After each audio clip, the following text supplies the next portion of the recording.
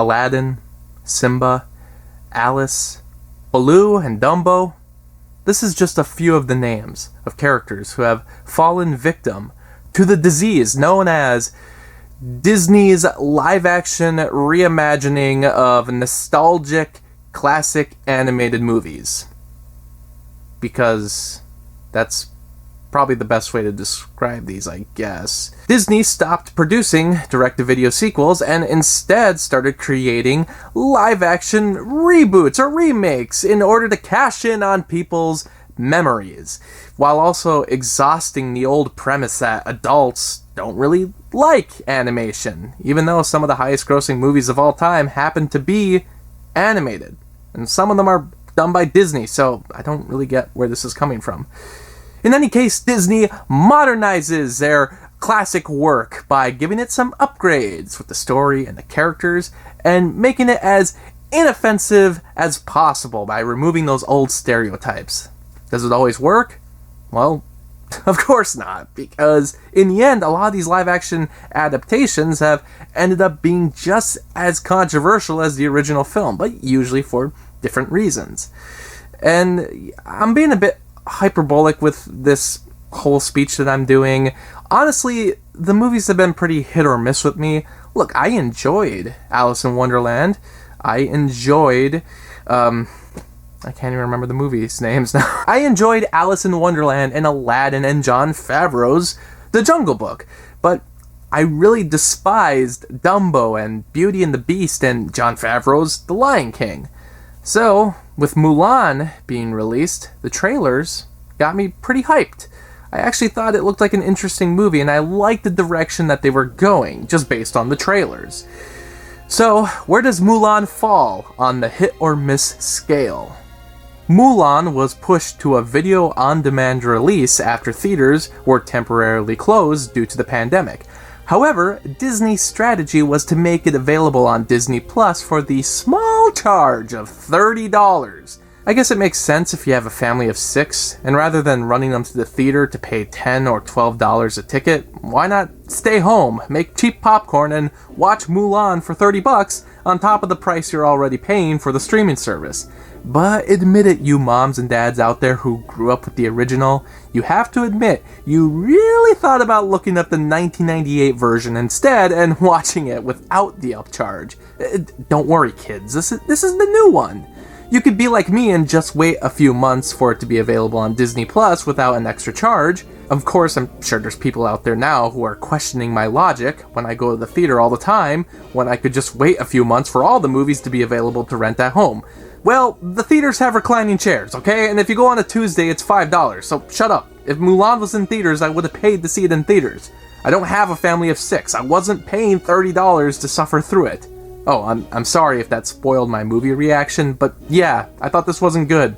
The trailers presented an epic piece with large sceneries and choreographed action, similar to the kind of big-budget movies that have been produced in Asia for years while the West ignores them.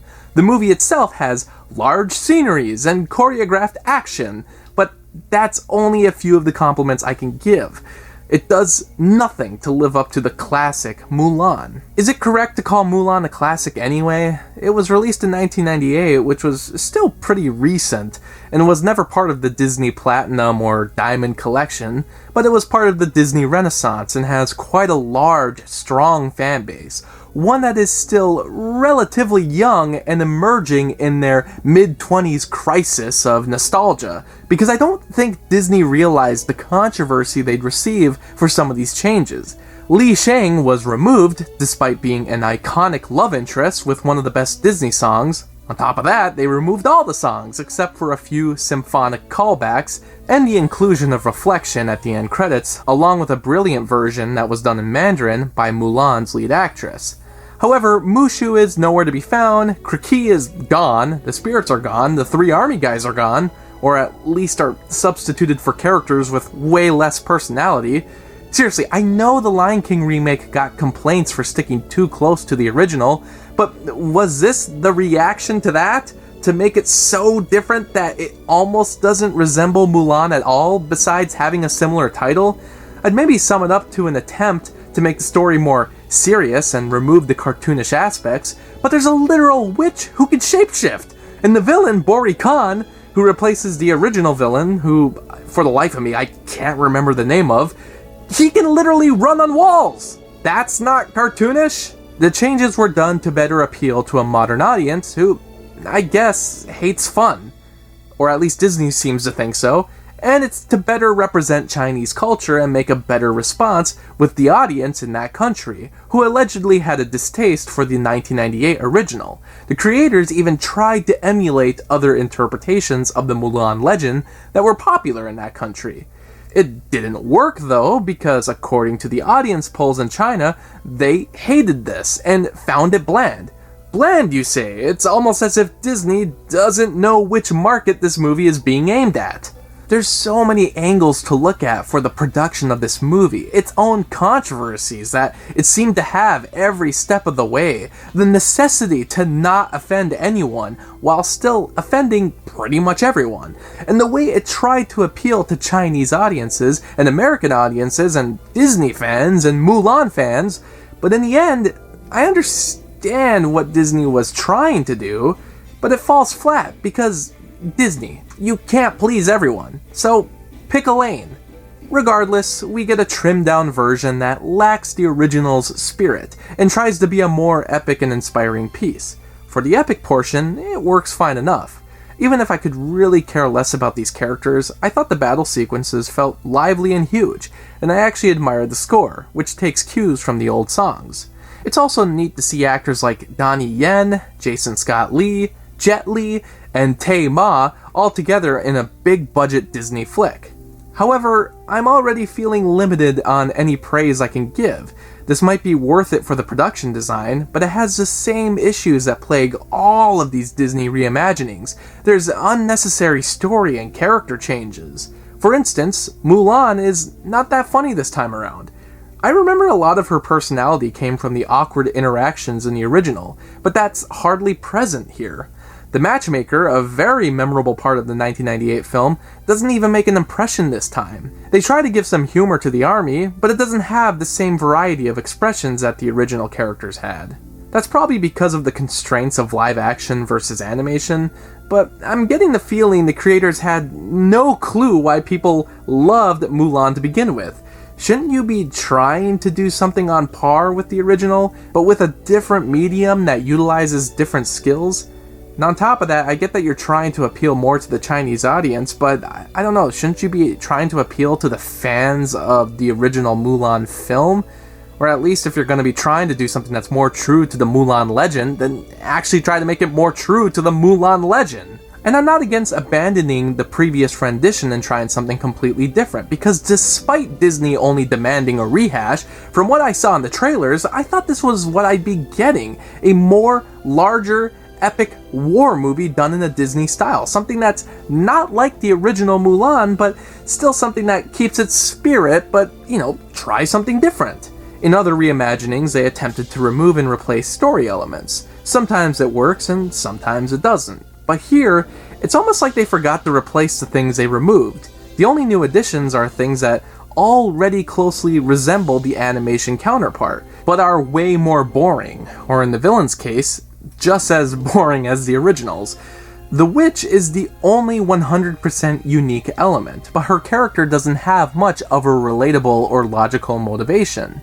For the most part, it follows the basic structure of the 1998 movie, but the only change I can't ignore is how Mulan finally reveals herself to be a woman. In the original, this is a big deal that happens by accident after Mulan is seriously injured. It leads to a misunderstanding that creates a situation where Mulan needs to prove herself once again, but as her true self. Here, she simply decides to rip her armor off and reveal her true self, fighting alongside the army until things calm down, and then they realize she's not a man, and they exile her due to outdated laws.